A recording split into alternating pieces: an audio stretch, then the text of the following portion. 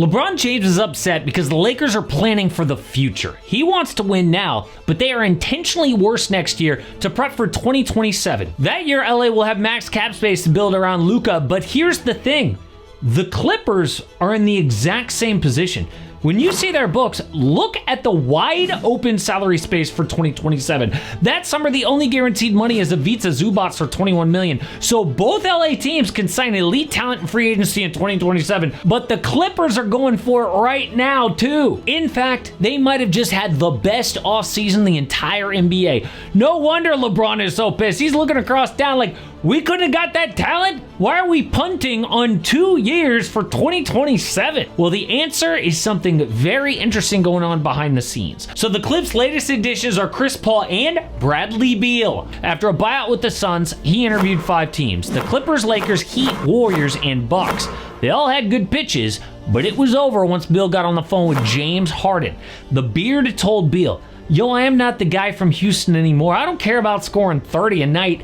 In fact, I want you to have some of these stats. I'm overloaded. Plus, did you see what I just did with Norm Powell? Dude had a career year at 31 years old as my starting 2 guard. Gonna get paid. That could be you." So while getting $99 million over the next 5 years from Phoenix, Beal signed a 1+1 with the Clippers for $11 million.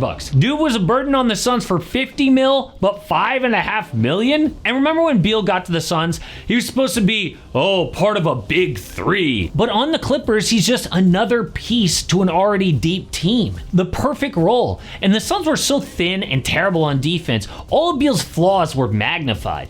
But his new team was the number 3 defense in the NBA. Harden's gonna run the show, Kawhi draws double teams, Beal can cook on offense, crush pick and roll with Zubac and Brook Lopez. In fact, last year, Beal scored 17 a night on 50% from the field, 40% from 3, but his catch and shoot was 41% from deep, which means off-ball magic. Side note, this is now an official admission of failure by the Suns. They have now gotten rid of Kevin Durant and Bradley Beal in the same offseason, saving $160 million next year. Total waste of their 2022 roster that made the finals. But that's not all the Clippers did this offseason. They also got John Collins for basically free and stole Brook Lopez from the Lakers. Then added Chris Paul. Collins shot even better than Beal off catch and shoot last year. Plus, his speed and athleticism gives LA a new 2-big look.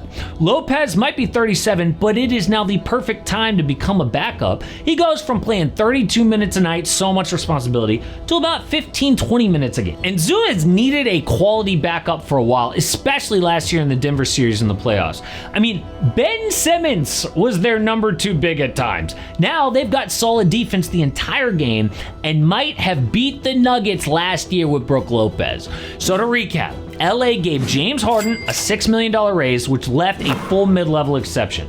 They took that mid-level and Norm Powell turned it into Chris Paul, John Collins, Bradley Beal, and Brook Lopez. How stupid do the Lakers look now? But before we get to how the Clippers pulled this off over the Lakers, how good can they be next season?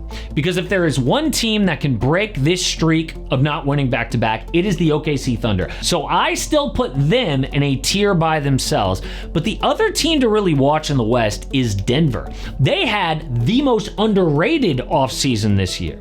The Nuggets turned Michael Porter Jr.'s bad contract into Cam Johnson and Bruce Brown getting $30 million cheaper. Now they're more flexible and deeper than ever. So I put OKC in tier 1, Denver by themselves in tier 2. But the Clippers are the number 1 team there in that 3rd tier. And with a little luck, they can make the finals. Obviously, the big risk for them is always health, but even with Kawhi missing over half the season last year, they still won 50 games. By the way, tier 3, I have some combination of the Clippers, Lakers, Wolves, Warriors, and Rockets, but Clippers at the top. So I would say their ceiling is the number 2 seed in the regular season and the West Finals at least.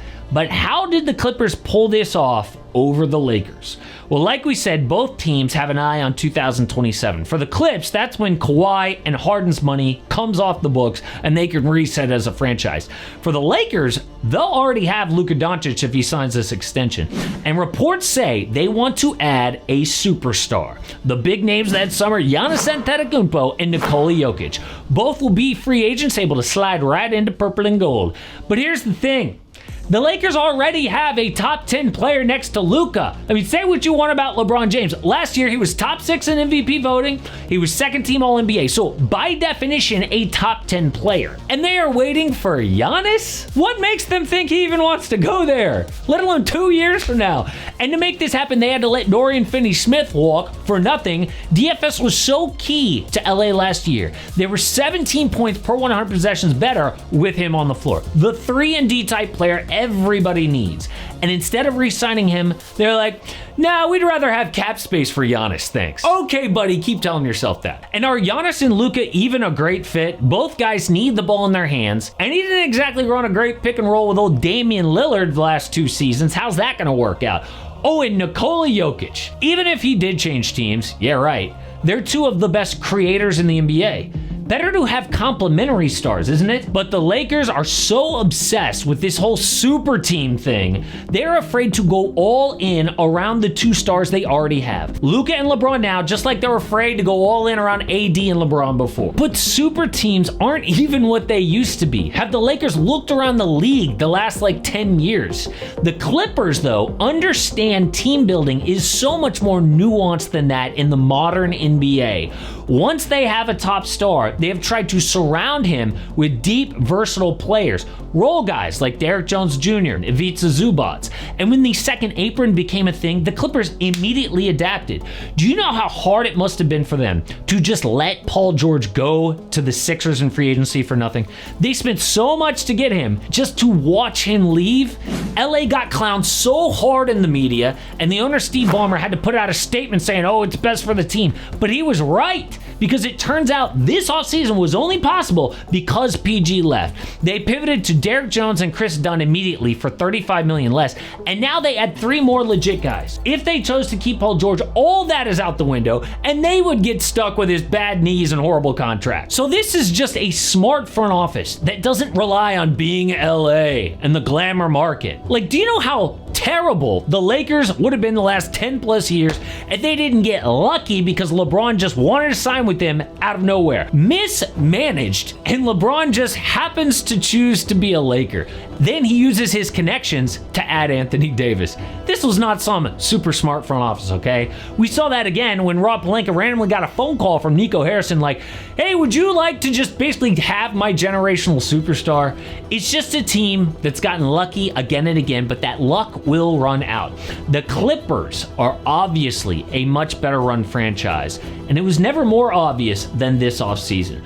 But LeBron might actually be done as a Laker now. The story behind his beef with the franchise goes really deep, so I had to look at that and where he might go next.